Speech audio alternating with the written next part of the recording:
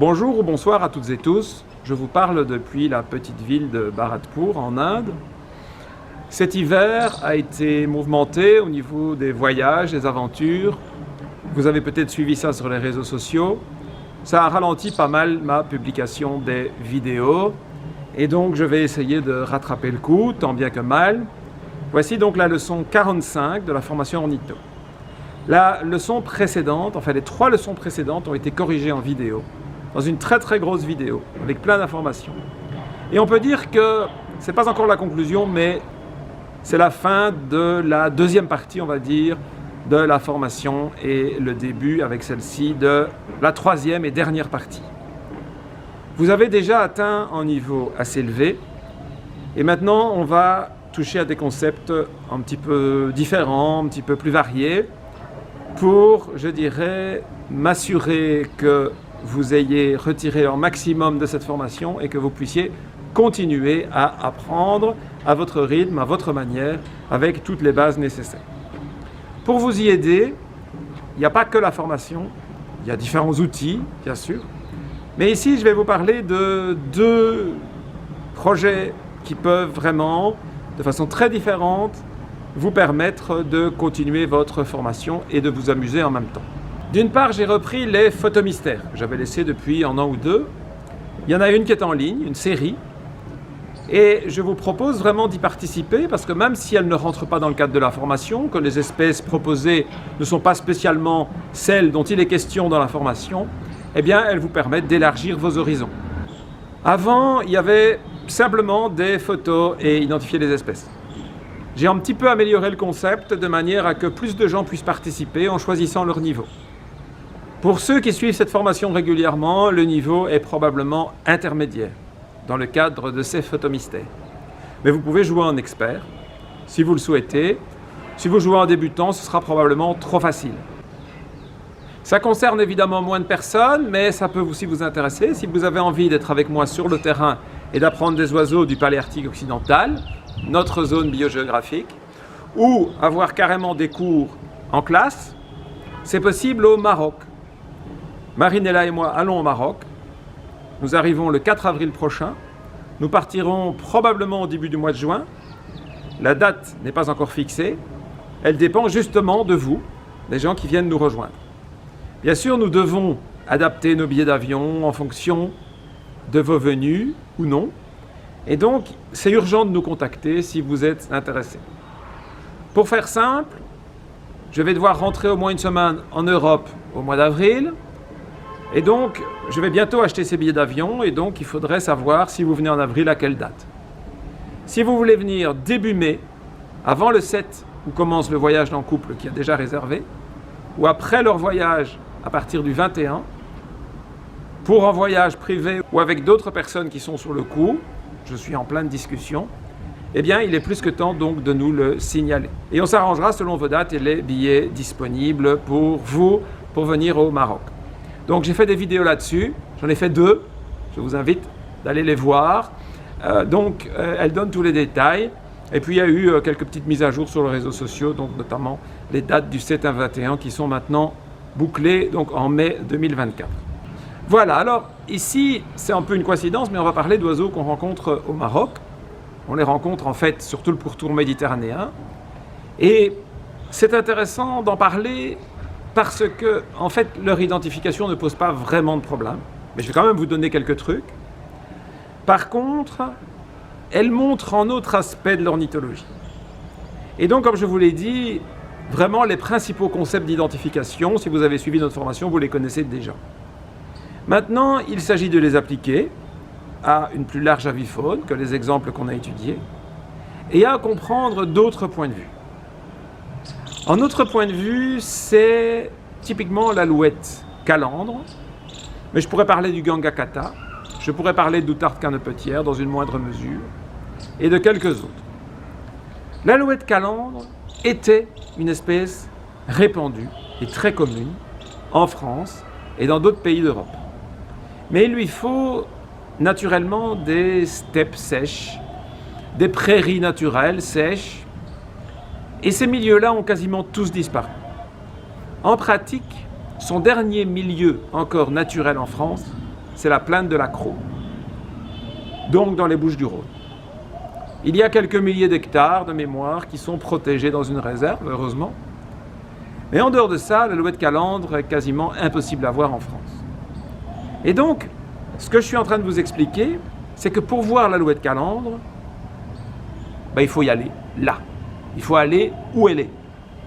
Et donc, contrairement aux autres oiseaux que vous pouvez rencontrer plus ou moins un peu partout, selon les saisons, et donc vous apprenez à distinguer l'alouette lulu et l'alouette des champs, les deux se rencontrent dans toute la France, le piquet-pêche du piquemar, les deux se rencontrent dans toute la France ou presque, voyez. Là, vous n'aurez pas le même problème. Vous allez aller dans la plaine de la Crau avec en tête, je veux voir l'alouette calandre. Et donc, votre approche de l'identification sera différente. Probablement que si vous faites cette démarche, c'est que vous avez déjà vu l'alouette des champs, vous avez déjà vu l'alouette lulu, et vous avez envie de voir quelque chose d'autre. La question que vous allez vous poser, c'est, si je la vois rapidement en vol, comment je vais savoir tout de suite que c'est une alouette calandre, que c'est par là que je dois me diriger? Ou est-ce que c'est une simple alouette des champs?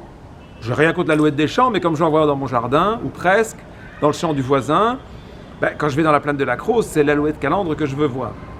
Là où il reste des milieux naturels, comme au Maroc, l'alouette calandre, elle peut être très abondante.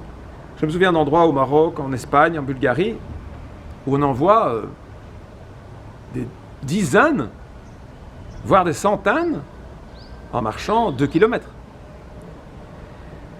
Alors que la population française, c'est quelques dizaines, je ne sais plus, peut-être 100 ou 200 couples, enfin c'est l'ordre de grandeur. Donc ce sont des oiseaux que vous verrez qu'en les cherchant. Mais les chercher, ça veut dire savoir où les trouver, quand les trouver. Si c'est un oiseau migrateur, vous n'allez pas aller chercher au mois de janvier, s'il vient seulement nicher au printemps, voyez. Et quand vous y êtes, comment vous allez le plus rapidement possible repérer l'espèce que vous voulez voir. Et puis une question naturelle, c'est-à-dire j'ai envie de voir l'alouette calandre, d'accord, donc je vais dans la plaine de la Crau, d'accord, mais est-ce qu'il n'y a pas d'autres oiseaux qui sont liés à ce milieu si particulier? Et la réponse est oui. C'est le seul endroit pour voir le gangakata en France. Donc, pareil, mais le gangakata est encore plus facile à identifier que l'alouette calandre. C'est le seul ganga en France. Quand il est posé, regardez, j'ai pris ici un extrait de vidéo, il a un peu la forme d'un pigeon ou d'une tourterelle, mais reconnaissez que le plumage est quand même unique. Par contre, vous pourriez avoir une surprise en le voyant en vol, c'est qu'il ressemble plutôt à un limicole. Donc une bande de ganga en vol va vous rappeler peut-être une bande de pluvier, mais plus allongée, la queue plus longue, et pas les pattes qui dépassent de la queue comme chez certains limicoles. Donc, c'est intéressant d'avoir ces critères, et si vous avez bien capté la méthode formation ornitho, eh bien, la première question, c'est de vous demander pourquoi. Pourquoi est-ce qu'un oiseau qui est au sol picore des graines comme des pigeons, avec des courtes pattes comme des pigeons, etc., même genre de bec, globalement, un petit peu plus épais, mais bon, ça dépend des pigeons, eh bien, pourquoi est-ce qu'ils volent comme un limicole?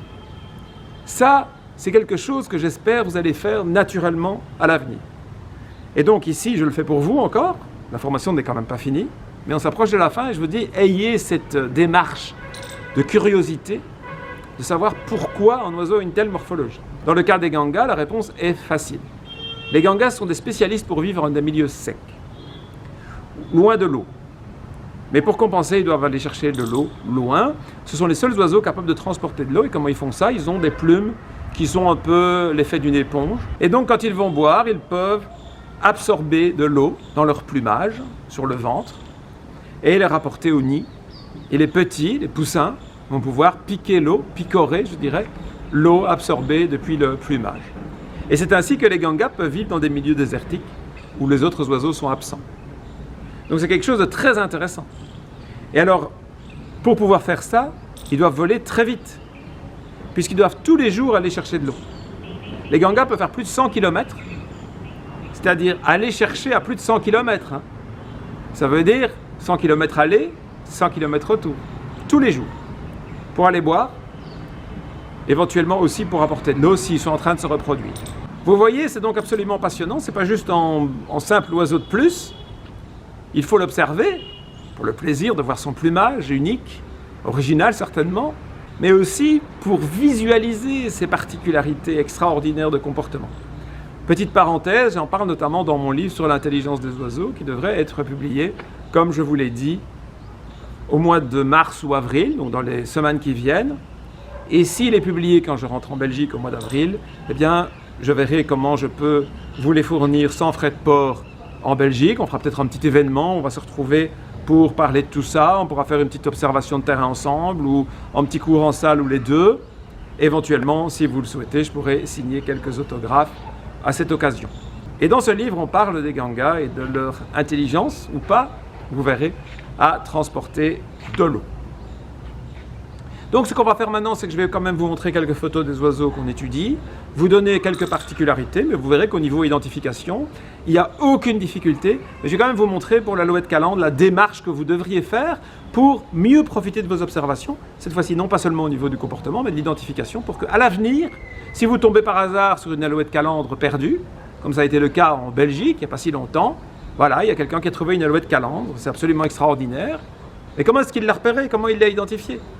Eh bien, si vous suivez les conseils que je vous donne ici, pour apprendre à identifier l'alouette calandre, même si c'est facile, hein, vous aurez beaucoup plus de compétences pour la trouver éventuellement lorsque vous ne vous y attendez pas. Parce que ce n'est pas tout de connaître les critères, il faut y penser.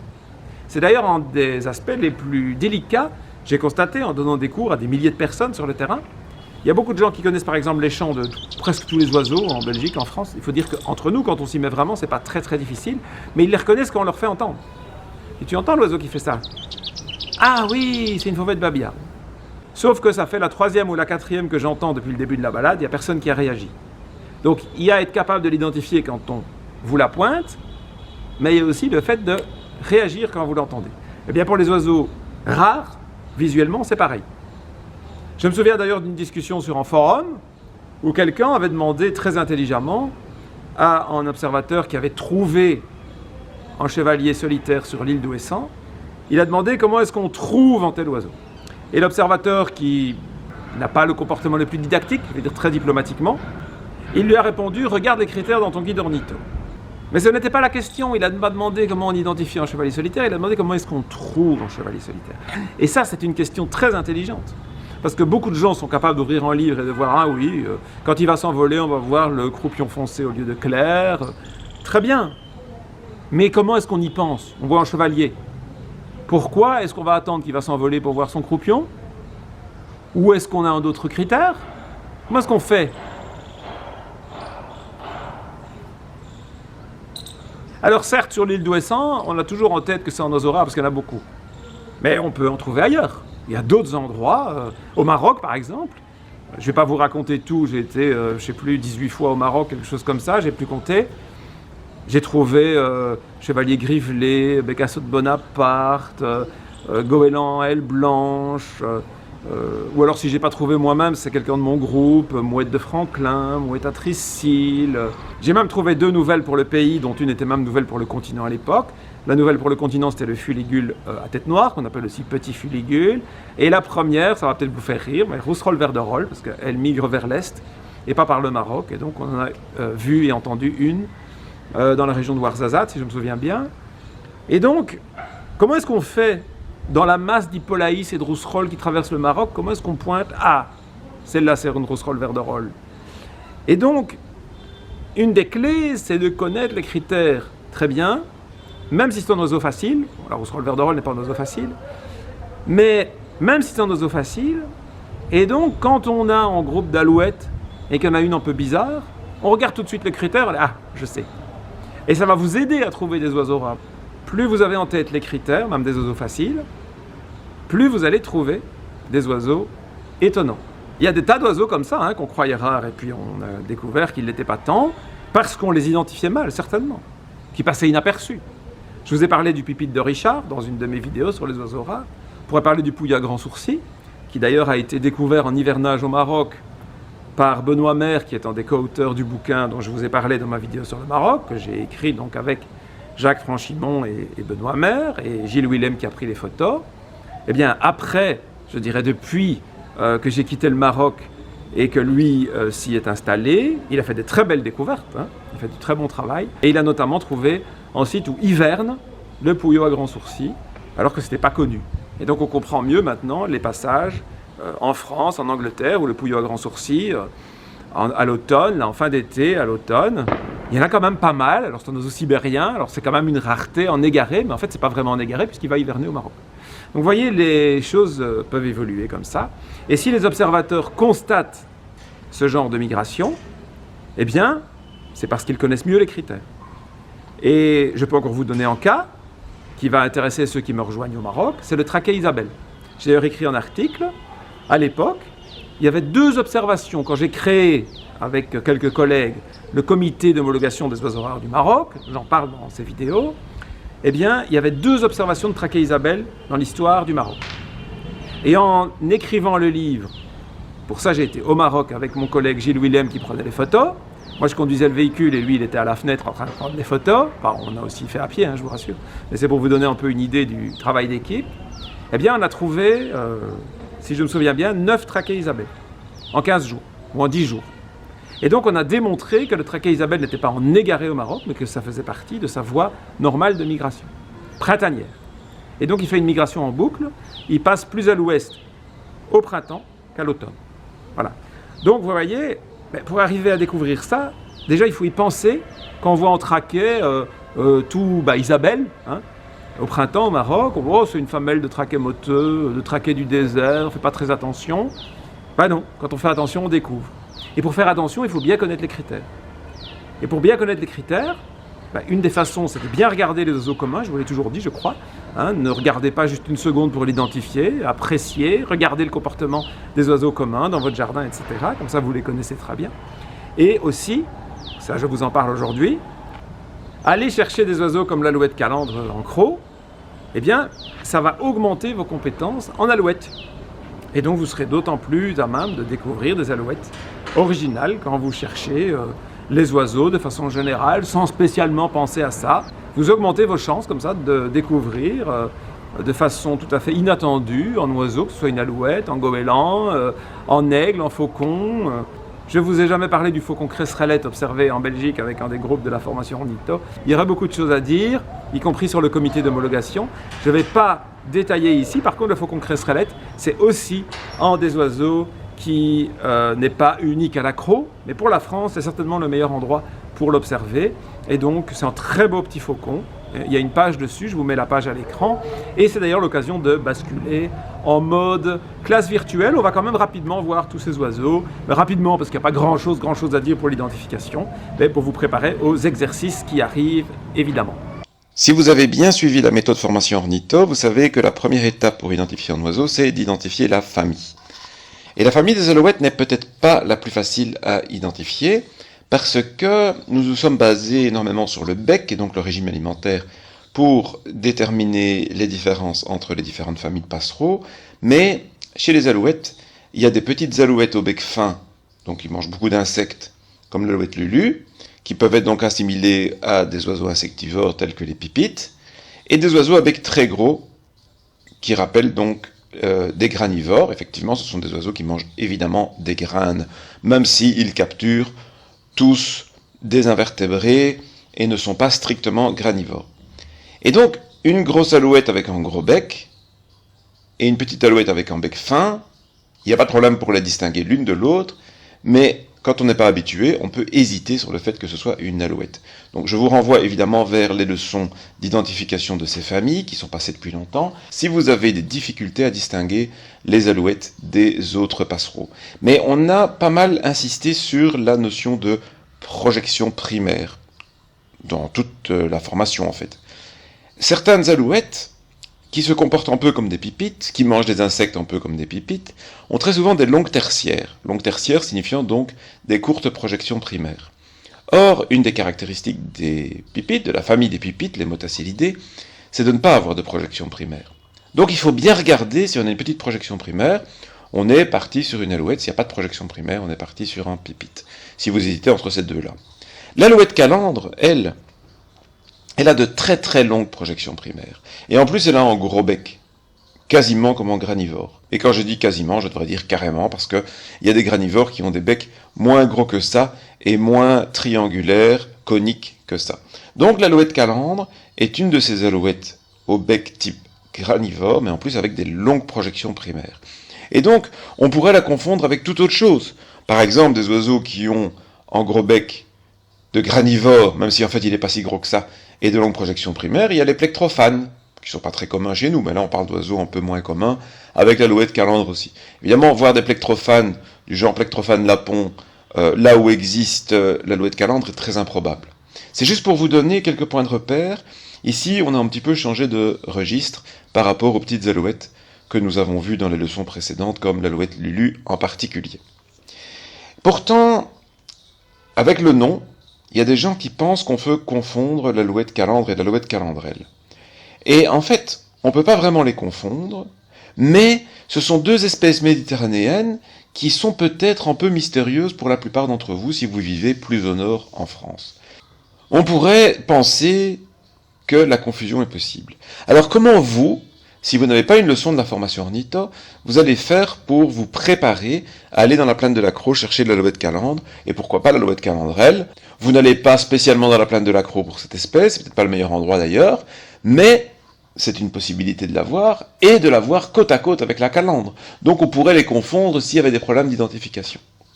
Et donc c'est pour ça que j'ai mis ici les photos que j'ai trouvées dans Google Images. J'ai simplement tapé alouette calandre et alouette calandrelle. Et puis j'ai coupé deux morceaux de capture écran pour mettre côte à côte les deux.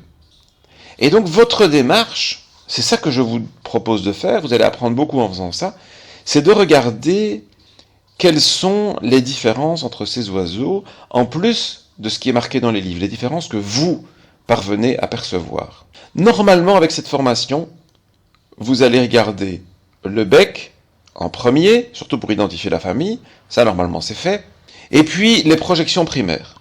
C'est une des premières choses à regarder. Alors, quand vous allez regarder les projections primaires, vous allez remarquer deux choses. D'abord, les projections primaires de l'alouette calandre sont très longues, de l'ordre de 100%, elles sont nettement moins longues chez l'alouette calandrelle, donc ça c'est un critère, et en plus, chez l'alouette calandre, elles contrastent bien, elles sont noirâtres, alors qu'elles sont brunâtres chez l'alouette calandrelle. Alors, c'est pas un super critère ce que je vous dis là, mais en fait, vous allez voir que dans la pratique, ce bout noir des ailes, quand l'oiseau est très loin et que c'est même difficile de mesurer les projections primaires, on voit cette pointe noire de l'aile chez l'alouette calandre qu'on ne voit pas chez l'alouette calandrelle. Donc, vous avez déjà un critère ici, je dirais un double critère qui vous permet de les distinguer. Ensuite, on appelle ces oiseaux alouettes calandre et calandrelle parce qu'elles ont une calandre, entre les guillemets, en référence au calandre des voitures, donc avec deux phares et entre les deux un pattern différent. Mais ça c'est vrai, sauf que c'est souvent très marqué, très net chez l'alouette calandre, alors que chez la calandrelle, c'est très léger ou absent. Donc, quand c'est absent, c'est quand même un bon signe de calandrelle. Quand c'est présent, on peut hésiter, mais disons que si c'est très visible, c'est vraisemblablement une calandre. Moi, j'utiliserai pas trop ça comme critère, mais je voulais quand même vous en parler, puisque c'est l'occasion de parler évidemment de l'étymologie du nom. Enfin, comme je l'ai dit, l'alouette calandre a un très gros bec. Ce n'est pas le cas de l'alouette calandrelle, qui a un bec plus fin et plus long proportionnellement. En fait, il n'est pas vraiment plus long, il est surtout plus fin, donc il paraît, par rapport à son épaisseur, être plus long. Au point qu'il y a parfois des confusions, quand elle est un peu loin, avec un pipitrousseline, qui a également comme caractéristique d'être très uni sur la poitrine, comme l'alouette calandre, qui, à part les petites taches de calandre, quand elle les a, évidemment, on ne peut pas la confondre avec le pipitrousseline, mais quand elle les a pas, ça peut ressembler. En plus, c'est le même genre de couleur. Alors que chez l'alouette calandre, en plus de sa calandre, la poitrine est striée. Donc en fait, vous voyez, c'est des oiseaux très différents. Et en plus, alors, j'ai toujours dit qu'il faut se méfier de la taille. C'est vrai. Par contre, j'en parlerai quand on va commencer la formation sur les laridés. Il est très important d'avoir des espèces de référence. Les espèces de référence, c'est d'avoir en tête une espèce commune, qu'on connaît très très bien, et avec laquelle, sans la voir, on peut comparer directement. Si vous êtes vraiment très familier avec l'alouette des champs, qui est commune en France, donc c'est possible de devenir familier avec elle, eh bien l'alouette calandrelle, elle va vous paraître directement minuscule. Alors que l'alouette calandre, elle va vous paraître directement énorme. Et donc, la différence est telle que je n'utiliserai pas comme critère ou comme argument. Si je vous dis, ah, vous avez vu l'alouette calandre en croc, vous êtes certain, oui, elle était très grosse. Bon, mais ça, c'est pas un argument. Mais par contre, ça va vous aider concrètement sur le terrain à avoir votre attention attirée par les individus qui correspondent à ce que vous cherchez. Voilà, alors pour les autres espèces du jour, il n'y a pas vraiment de problème d'identification. Le ganga kata, j'en ai déjà parlé, en vol comme des limicoles mais avec une longue queue et avec des pattes courtes, posés comme des sortes de grosses tourterelles avec un plumage qui n'a rien à voir avec nos tourterelles, donc il n'y a aucune difficulté. Le comportement, on en a parlé aussi. Alors, l'outarde canepetière, c'est moins une spécialité méditerranéenne, mais en fait, avant, il y en avait pas mal dans nos cultures. Un petit peu comme les dicnam criards. Malheureusement, la modernisation de l'agriculture, notamment l'utilisation de pesticides, fait que ces oiseaux disparaissent. Et donc, si on en voit plus facilement en croc qu'ailleurs, c'est parce que là, ils restent en milieu naturel. Mais si on avait des champs de blé à l'ancienne, il y aurait des outards dans une grande partie de la France. Alors les outardes, on ne peut pas vraiment les confondre, hein, vu que c'est la seule espèce régulière en France. Bon, si vous voyez une grande outarde en plus, ou l'outarde barbue, c'est la même différence de taille qu'entre la calandrelle et la calandre, quoi. Hein, l'outarde barbue, on dit souvent que c'est le plus grand oiseau volant en Europe. Bon, ça se discute avec les pélicans, etc. Ici, je ne vais pas discuter des records, mais c'est pour vous dire, c'est parmi les plus grands oiseaux qui existent en Europe, alors que l'outarde canepetière est toute petite. Elle d'ailleurs s'appelle la petite outarde en anglais, et donc elle est quand même plus grosse qu'une perdrix ou qu'en faisan, mais enfin, c'est plutôt ce genre de format-là. Donc vous n'aurez pas de problème à l'identifier avec ses longues pattes, c'est quand même en échassier. Hein, c'est en échassier. Donc, aucun problème d'identification de l'outarde canepetière. Alors, le coucouget est tout aussi facile à identifier. Ce qui est intéressant chez le coucouget, c'est que contrairement au coucou gris qui parasite des petits oiseaux, et qui fait fuir les petits oiseaux parce qu'il rappelle un petit peu un épervier, c'est fait exprès, hein, les bandes sur la poitrine, c'est pour se faire passer pour un épervier. Comme ça, les petits oiseaux s'en vont, et les nids sont laissés libres, et la femelle peut aller pondre dans le nid de l'oiseau qu'il va parasiter, et quand l'oiseau revient, il pense pas vraiment au coucou, il est content d'avoir échappé à l'épervier, ou ce qu'il croit être un épervier, et donc il va peut-être pas remarquer qu'il y a un nouvel œuf, un œuf qui remplace le sien dans son nid. Donc ça, j'en détaille dans le livre sur l'intelligence, et je parle également du coucouget, et donc une stratégie tout à fait différente, puisque lui, il parasite des oiseaux presque aussi gros que lui, comme la pie bavarde, voire plus gros que lui. Il peut parasiter des corneilles, je crois. J'ai plus toute la liste en tête. Et en Afrique, il parasite aussi les gros étourneaux, du genre choucador, etc. Donc lui, il ne joue pas sur sa supériorité de puissance, il joue sur la discrétion. Mais bon, le coucouget ressemble à rien d'autre, vous n'aurez aucun problème pour l'identifier, mais c'est un oiseau discret. Il est coloré, mais il est assez difficile à voir. Donc voilà pour le coucouget. Il y a plein d'autres choses à dire sur la plaine de la Crau, donc c'est vraiment un endroit à découvrir, quand on est français et ornithologue, c'est vraiment un des endroits à voir. Il y a des faucons cresserellettes, l'identification, vous irez voir dans la fiche. Il y a pas mal de hupes faciés, c'est sympa, même si c'est un oiseau qui est un peu partout en France. C'est connu pour des belles densités. Il y a le vautour percnoptère, qui est sympa aussi à observer, pas très difficile à identifier, mais c'est quand même un des rares endroits de France où on le voit régulièrement. Donc c'est vraiment un endroit que je vous conseille à l'occasion. Ça peut être en hiver, ça peut être au printemps, mais pour voir les spécialités, c'est quand même mieux au printemps. Je vous remercie donc d'avoir écouté cette vidéo, je vous remercie pour votre soutien, j'espère avoir de vos nouvelles pour les exercices, pour la photo mystère, et peut-être au Maroc, ou voir lors de l'événement de la sortie de mon livre sur l'intelligence des oiseaux, en Belgique ou en France, en avril prochain. Profitez bien du printemps qui arrive. Moi j'ai une météo fantastique ici au Rajasthan, 28 degrés la journée, 15 degrés la nuit. Et donc on va aller chercher les oiseaux au fameux parc national qui a changé de nom. Avant c'était le parc de Bharatpur tout simplement, c'est le nom de la ville. On va aller le visiter demain. C'est l'occasion d'ailleurs, j'ai fait une petite publication sur mon mur, de fêter l'anniversaire de Marinella qui m'accompagne dans cette aventure, qui commence déjà, depuis que je l'ai retrouvée en septembre, à être riche. Et pourtant ce n'est que le début, nous allons au Maroc dans 3 semaines, ce qui nous paraît assez extraordinaire comme opportunité, et peut-être donc de rencontrer certains d'entre vous. Voilà, je vous dis à bientôt, merci beaucoup à toutes et tous.